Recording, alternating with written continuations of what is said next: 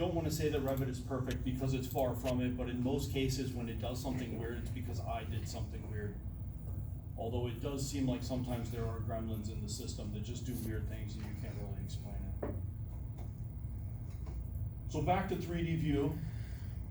And this is where I will typically go to kind of rotate my model so that I can see those walls that don't extend all the way up through. And now, just like we did in the exterior gables, I click on the wall, I click on the attached top and base, and I click the entity that I want to send it up to. And you can kind of see here, it's only sending the drywall up, which is fine. It is not the way it would be done in the real world. That wall would actually be framed all the way up. You wouldn't just run the drywall up. But in this case, I just want my model to look right so that if I do a rendering from the space, it is accurate. I'm not truly getting into, a framed plan where I'm showing where every stud is gonna go. In most cases, you don't do that from a residential set. In fact, you usually don't even do that on a commercial set. There are certain things that you just kind of draw and say, okay, you are the framer, you know what you're doing, get that job done. So here I'm gonna click on these two walls as well, attach top, click on the ceiling, and that one extends the entire wall up. That's interesting. Because I don't think I sketched that ceiling going all the way up, but we'll go with it. And attach top and click ceiling one more time.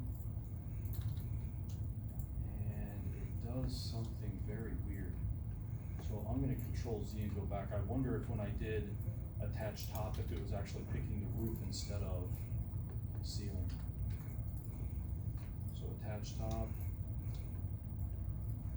ceiling, no, it does the same thing. Does that do that to you guys?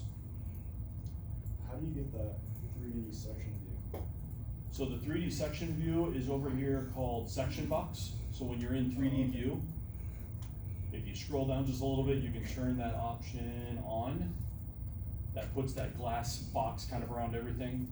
And then I just take the one side and I collapse it into the building. And then you can kind of navigate your view around. So it looks like in this situation, this is maybe just not going to play very friendly with me. Oh, it worked that time. I don't know why that other time it had that void in there, but it makes no sense. But I believe last time I was attaching this to the roof and this one to the ceiling, and they were just going to different spots, and Revit was unsure how to fix and clean up that corner accordingly. So then once I have one side of the room done, what I will usually do is I'll run my section box back the other direction, and then I'll pull it in so that I'm looking at it from the other way. This is the easiest way that I found to kind of see all of the entities within a room, one side versus the other side. So here I'm going to click on, again, my walls that do not connect up, attach top, click on the ceiling. And I just go through that time and time again. I think you may be able to click multiple walls and do that all in one shot, which is probably more efficient. I don't know why I usually go wall by wall, making sure as I click attach top and I click on the ceiling that it's cleaning things up for me and it's putting things in kind of the arrangement that I expect it to be.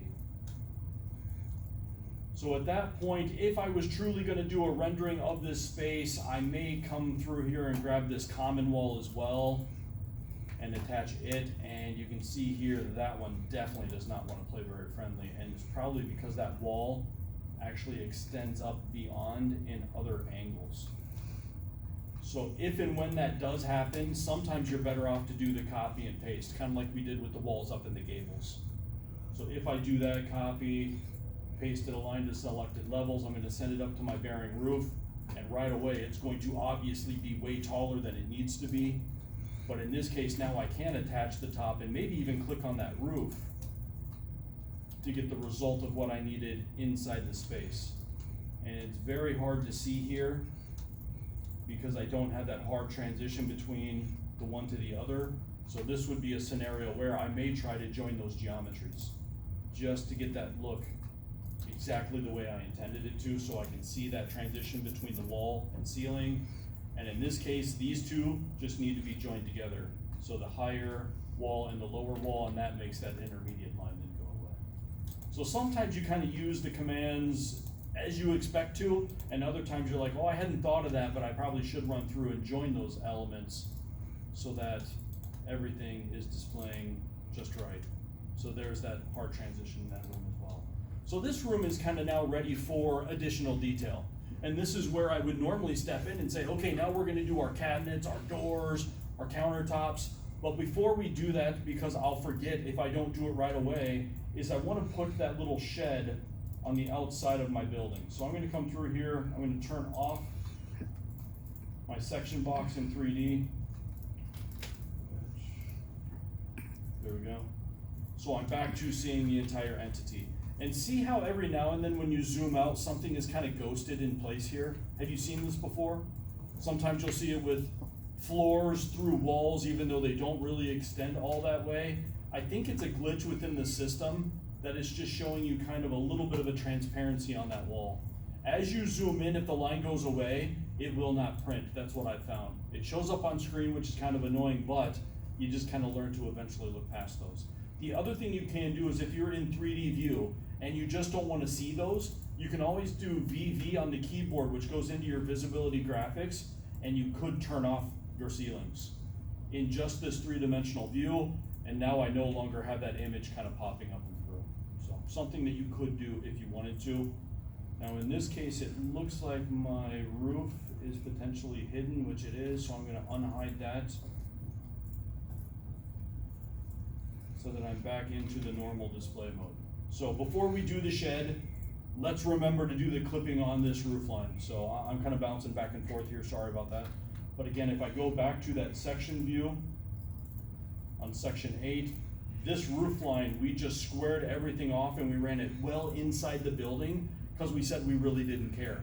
Well, now if we're getting to the point to where we're talking about doing a rendering in that room, so if I go back to my floor plan, and if you've not seen this one before, if you go up here where your doghouse is, or what I call the doghouse, the default 3D view, if you hit the arrow down next to that, you do have 2 different options of 3-dimensional views. One is a camera view, and one is a walkthrough. Now the camera view is just a one single shot in 3 dimensions. A walkthrough, if you remember back to your days in elementary school when you did the flip books, you did like a stick figure that was running, and on every single sheet you moved the figure just a little bit more. When you thumb through it really fast, it goes through in an animation. You guys have any idea what I'm talking about there? You did do that? Okay. Sometimes I show my age when it's like, wow, we didn't draw on rocks like that. That's unusual. Okay, this one isn't quite that bad. But the walkthrough is kind of that same way, because you're taking a whole bunch of 3-dimensional shots and you're just moving them in progression. So a walkthrough is just a whole bunch of camera views. So kind of keep that in mind. But the camera view, if you click on this one, it allows you to basically say, and the camera is turned on, my cursor is basically attached, is now saying, where do you want to stand with your camera? So I want to stand in this corner of this room. Your second click is in what direction do you want to see, and how far into the distance do you want to see. So you're doing both of those at one time. So I usually click well outside my building, and that would be the rendering of that space, which doesn't look too bad at first, but then as you kind of crop this out a little bit further, you'll start to realize, ooh, that's not good. I have this dormer now clipping right into this room, where ideally if I wanted to do a rendering of that space, I don't want that. I could just simply hide this roof in this view, and yes, that does work, but that didn't really fix the issue. It kind of put a Band-Aid on it. If I go to create another rendering from another angle, I'd have to remember to do the same thing, where if you do what I'm going to show you next, you don't have to hide anything, because it's gonna automatically clip that. So what I do here is this gable, I'm gonna go back to my roof plan, and if I click on that roof line, I can see where the outline is going, and I can see my roof stops where it joins into the other one, and this other stuff is kind of underneath. So if I want to get rid of that, I'm going to edit my footprint here, and you'll notice in roof plan view, if I've joined all of my elements together, it has actually created this basic intersection between my 2 roof lines. Now ideally, I would want to use my pick line command, and I would want to uncheck my define slope, and I would want to pick these 2 outermost angled lines, which logic would say that's exactly what I want to do, but you'll notice as I trim these together, I'm no longer connected with my sloped line. If I do the same over here, and I think, oh, I've got this all figured out, I'm going to delete these 3 lines, I don't need them anymore, it puts it in and it looks like it's done. Oh, Revit did exactly what I wanted it to do. You go to a 3D view and you're like, yeah, it didn't. Because what it actually did, which is even harder to see yet, it put that ceiling or that roof back in, but it put it in flat. Because I basically trimmed away my two sloped lines. So I'm gonna go back,